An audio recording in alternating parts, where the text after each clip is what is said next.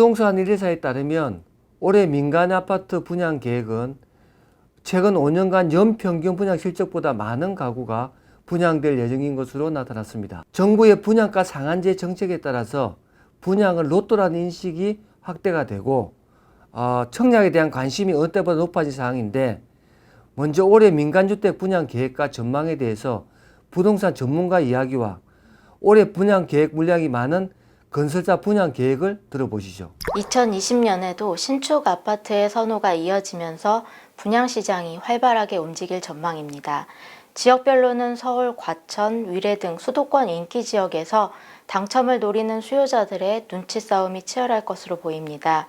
다만 대출 규제, 거주기간 강화 등 청약 진입 장벽이 높아졌기 때문에 일부 수요는 지방의 비규제 지역으로 유입될 여지가 있다고 판단됩니다. 또한 2020년 민간 분양 약 32만 가구 중 47%가 재건축, 재개발 등 정비사업 물량입니다. 정비사업의 경우 일대 주거환경 개선에 따른 가치 상승을 누릴 수 있는 만큼 높은 인기가 예상됩니다. 저희 대우건설은 올해 3만 4천여 가구의 주거 상품을 공급하면서 작년에 이어 올해도 민간기업으로는 최대 규모의 주거 상품을 선보일 예정입니다. 주요 사업지로는 둔촌주공 재건축이라든가 광명 15R 재개발 사업과 같이 기존의 생활 기반 시설이 잘 갖춰진 도시정비 사업을 중심으로 서울 및 수도권 지역에서 공급될 예정이고, 인천 한들구역처럼 서울 접근성이 좋은 신도시 택지지구에서도 분양을 이어나갈 예정입니다. 2020년 저희 GS건설은 25개 현장 약 2만 8천 세대 분양 예정입니다. 주요 단지로서는 공공택지지구에 과천 제이더, 성남, 고등, 고양 덕은지구 등이 있으며, 정비사업으로서는 흑석지구, 장이지구, 수색, 정산 등이 있습니다. 공공택지나 정비사업들은 분양가가 시세보다 많이 저렴하기 때문에 관심을 꼭 가지시면 좋을 것 같고, 특히 올 하반기에 송도 ATM 부지가 있는데 거기에는 전 세대가 바다 조망이 됩니다. 많은 관심을 가지시면 좋을 것 같습니다. 2020년 저희 포스코건설은 3월 더샵 광교산 퍼스트파크를 시작으로 하여 수원, 인천, 송도, 광주, 대구 등 약 2만 5천여 세대 공급을 예정하고 있습니다. 또한 지난달 발표한 새로운 더샵 브랜드와 서울에 오픈하게 될 더샵 갤러리를 토대로 브랜드 가치를 높이고 서울 수도권으로도 주택 공급을 확대해 나갈 예정입니다.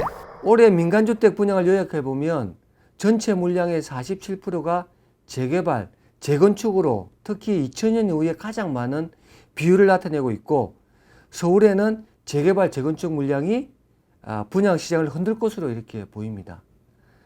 올해는 신축 아파트에 대한 선호도가 지속이 되고 시세보다 저렴한 분양가로 책정될 수 있다는 기대감으로 분양시장은 활기가 이어질 전망입니다.